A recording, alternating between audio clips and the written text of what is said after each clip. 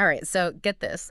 We're diving deep into CERN today, and the Large Hadron Collider. Oh, wow. Yeah, you sent in a Remnant Radio podcast episode because you're curious about CERN and maybe some of the wilder theories about it. Right. And I have to admit, when I saw this in the queue, I was like, yes, I want to get into this. It's definitely captured the imagination of a lot of people, and it's not hard to see why. Right. I mean, you have this massive, complex machine smashing particles together at incredible speeds. Yeah. It's like science fiction. It is. So before we get to the theories about, other dimensions and all that, let's just break it down. Like, what is CERN actually doing? What's the big goal? So, at its core, CERN is trying to understand the fundamental building blocks of the universe. Right. What are the smallest particles that make up everything we see and experience? Yeah. And how do they interact with each other? I'm following so far, but how do you actually study something that small? Yeah. You can't put it under a microscope, right? Right. You need something a little more powerful. That's where the Large Hadron Collider comes in. Okay. So it's a 17-mile-long underground ring where they accelerate protons to nearly the speed of light and then smash them together. 17 miles. Yeah. That's just mind-boggling. It's huge. But I still don't get how smashing things helps us understand them. Okay, so think of it this way. Imagine you have a clock and you want to know what's inside. Okay. You could try to carefully take it apart. Right. But what if you just smashed it against a wall? Okay. You'd have pieces flying everywhere. Yeah.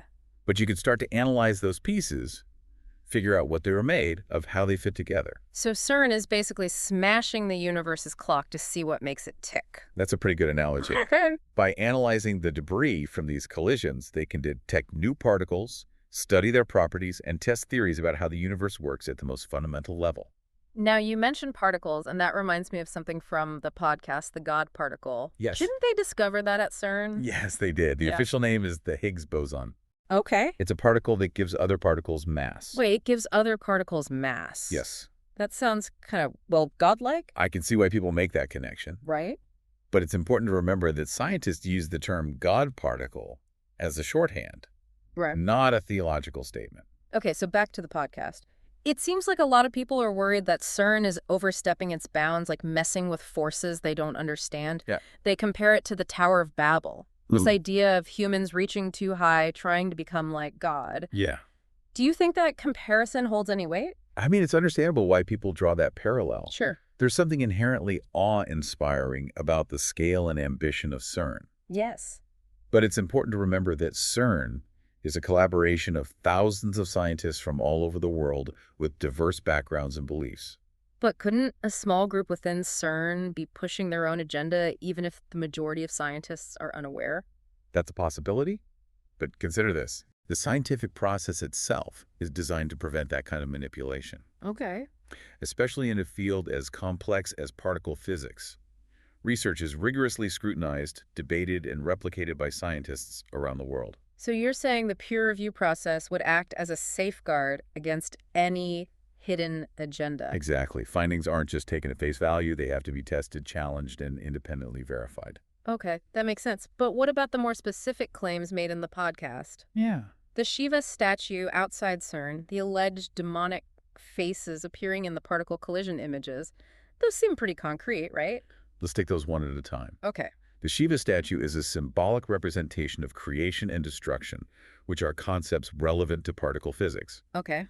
It was a gift from India, one of CERN's member states. Uh, It's not unusual for large international collaborations to include symbolic contributions from different cultures. so more of a cultural exchange than a sign of some secret ritual. Exactly. Now about the demonic faces. The collider produces massive amounts of data, trillions of particle collision images. Yeah. When you have that much data statistically, you're bound to find patterns that resemble familiar shapes. Right. Our brains are wired to recognize faces, so we might see them even in random noise. It's a phenomenon called pareidolia. Like seeing shapes in clouds. Precisely. It's our brains trying to make sense of random information. So maybe not demons, but definitely a lot of data. More data than any one person could ever process in a lifetime. That's why CERN relies on powerful computers and complex algorithms to analyze it all. And speaking of things that are hard to process, let's get to the big one, the safety concerns. Okay. The podcast mentioned worries about black holes and even another Big Bang. Is there any chance that CERN could accidentally destroy the world? Those concerns are understandable, but scientists have calculated the energy levels needed to create a black hole, and CERN is nowhere near that level. We're talking orders of magnitude more energy than the collider can produce, and even if a microscopic black hole were to form it, it would evaporate almost instantly. So no risk of getting sucked into a black hole on our watch. Not from CERN, at least. That's good to know, but what about unintended consequences? Are there any potential dangers that we haven't even considered yet? That's always a possibility when you're exploring the unknown. But CERN has multiple safety systems in place, and they constantly monitor their experiments for any unexpected results. So it sounds like they're taking the risks seriously. Absolutely. Safety is paramount in any scientific endeavor, especially one of this magnitude. All right, we've covered a lot of ground here. We've talked about what CERN is trying to achieve, addressed some of the wilder theories, and even tackled the safety concerns. But I feel like there's still so much more to explore. There definitely is, and it's important to remember that even with all we've learned, we're still just scratching the surface of understanding the universe and our place in it. I love that, and I think that's a perfect segue into the next part of our deep dive, where we'll delve a little deeper into the philosophical and spiritual implications of what CERN is doing. Wow. I'm looking forward to it. Yeah, it really is fascinating to think about how all of this stuff makes us question, Yeah. our place in the cosmos. Totally. It's like the more we learn about the universe, the more we realize how much we don't know. But before we get too philosophical, there's something specific from the Remnant Radio podcast that I really got hung up on. They talked about how scientists are inherently resistant to supernatural explanations. Yeah, that's a fair point. I mean, the scientific method is built on the idea of finding natural causes for phenomena. Right. It's not that scientists are, closed-minded to the possibility of something beyond the natural world. Yeah.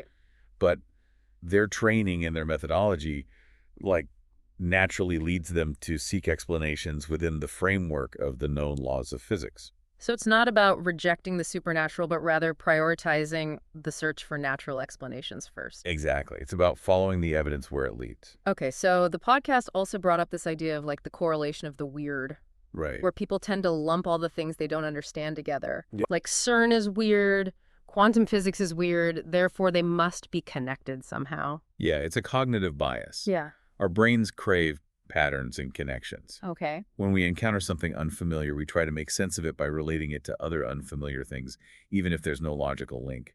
So when people hear about CERN smashing particles at nearly the speed of light, creating these incredibly high-energy events, it's easy for their minds to jump to things like portals to other dimensions or the release of unknown forces. Especially when you consider the visual imagery associated with these experiments. Right. The collision images with their streaks of light and particle tracks, it can look otherworldly and mysterious. It's almost like looking into the heart of creation, this raw energy that existed at the very beginning of the universe. Yeah, and that sense of mystery can be both alluring and unsettling. Right. It makes us question, what we believe what's truly possible. Now, you mentioned that CERN is this massive international collaboration. It- The podcast guest made a point about the sheer number of people involved, arguing that it would be nearly impossible to keep a secret agenda under wraps with so many scientists from so many different countries. Right, that's an argument often used to debunk conspiracy theories. Yeah. And it does make you wonder, would it be possible to maintain a unified secret goal across such a diverse group of people? Especially in the scientific community where transparency and open communication are so highly valued. Right, and yet there are historical examples of large-scale scientific projects with classified aspects. Oh, like what? The Manhattan Project, which developed the atomic bomb, is a prime example. That's true. Yeah. So while the sheer size and diversity of CERN's team might make a coordinated conspiracy less likely, it's not entirely impossible. We should always be open to questioning and investigating, even when claims seem far-fetched. But at the same time, we have to be careful not to fall into the trap of confirmation bias, right? Yes. Seeing only what we want to see and ignoring evidence that contradicts our beliefs. Exactly. Critical thinking is essential, especially when dealing with complex and controversial topics like this. Okay, so let's shift gears a bit and talk about the ethical considerations surrounding CERN. Okay. Even if we set aside the more outlandish fears, are there any legitimate concerns about the potential consequences of this kind of research? Well, the podcast guest, who is a quantum physicist turned pastor, he argued that particle physics doesn't carry the same immediate ethical baggage as fields like genetics or artificial intelligence. Right. Smashing protons together doesn't raise the same kinds of moral dilemmas as manipulating human genes or creating sentient machines. That makes sense. But even so, there's always a risk of unintended consequences when we delve into the unknown. And with something as powerful as the Large Hadron Collider, it's understandable that people would have questions about safety and the potential for things to go wrong. Absolutely, and that's why open communication and transparency are so crucial. Scientists have a responsibility to explain their work to the public, to address concerns, and to engage in dialogue about the potential risks and benefits of their research. It's not just about doing the science, it's about making sure that science is done ethically and responsibly. Exactly, and that involves listening to concerns, considering different perspectives, and engaging in open and honest conversations about the implications of scientific discoveries. Speaking of implications, one of the most fascinating things about CERN is how it challenges our understanding of the universe and our place in it.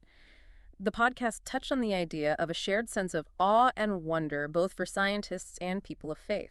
It's that sense of encountering something larger than ourselves, something that inspires both curiosity and humility. Scientists are driven by a desire to understand the universe, to unravel its mysteries, and for people of faith, that same universe can be seen as a testament to the power and creativity of a divine creator. So instead of seeing science and faith as being at odds, what if we viewed them as complementary ways of exploring the same amazing reality? That's a beautiful thought, and it's something that really resonated with me from the podcast, the idea that we can appreciate both the scientific explanations and the spiritual significance of the universe.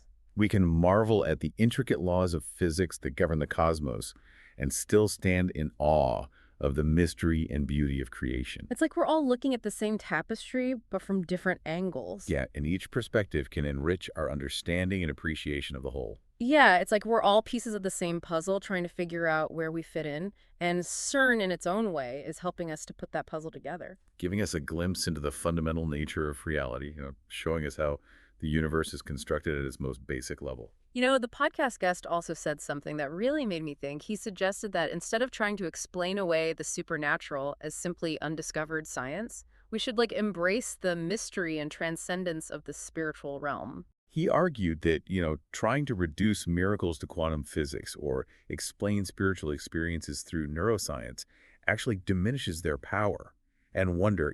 It limits our understanding of God to the confines of what we can currently measure and observe. It's like we're trying to fit the infinite into a finite box. Exactly. And in doing so, we might miss the bigger picture, the deeper meaning that lies beyond the realm of scientific explanation. It reminds me of that quote by Albert Einstein: "The most beautiful thing we can experience is the mysterious. It is the source of all true art and science." That's a perfect way to put it, the sense of mystery of the unknown. It's what drives us to explore, to question, to seek understanding. And that's true whether we're talking about science, faith, or any other aspect of human experience. So instead of fearing the unknown, what if we embraced it? What if we allowed ourselves to be humbled by the vastness of the universe and the limits of our own understanding? What if we saw the things we don't understand not as threats, but as invitations to delve deeper, to expand our minds, to consider possibilities beyond our current comprehension? It's a shift in perspective from trying to control and explain everything to acknowledging that there are faces at play that we may never fully grasp. And that's okay. In fact, it's more than okay. It's what makes life so fascinating. It's what keeps us curious, Yeah. what drives us to seek knowledge, what inspires us to connect with something larger than ourselves. So to bring it back to CERN and all the theories swirling around it, maybe it's not about finding definitive answers, No, but rather about asking the right questions, about pushing the boundaries of human knowledge while also acknowledging the limits of that knowledge. about marveling at the incredible complexity of the universe, while also recognizing the mystery that lies at its heart. And ultimately about recognizing that both science and faith can contribute to our understanding of who we are Yeah. and where we fit in the grand scheme of things. I think that's a beautiful way to sum up our deep dive into the world of CERN and the Large Hadron Collider. We didn't find any demonic portals or evidence of a secret society trying to rewrite the laws of physics. Right. But we did uncover a wealth of fascinating information, sparking thought-provoking discussions about science, faith, and the very nature of reality. We explored the incredible achievements of CERN, the potential risks and ethical considerations, and the philosophical implications of delving into the unknown. And we considered how both science and faith can offer us different lenses through which to view the universe and our place within it. So to you, our listener, we hope this deep dive has been a valuable journey. Maybe it's answered some of your questions, maybe it's raised even more. But most importantly, we hope it sparked your curiosity, encouraged you to think critically, and inspired you to keep exploring the wonders of the universe and the mysteries that lie beyond our current understanding. Keep asking questions, keep seeking knowledge, and keep sharing your insights with the world. Because the more we learn, the more we realize how much more there is to discover. And that's what makes this journey called life so incredibly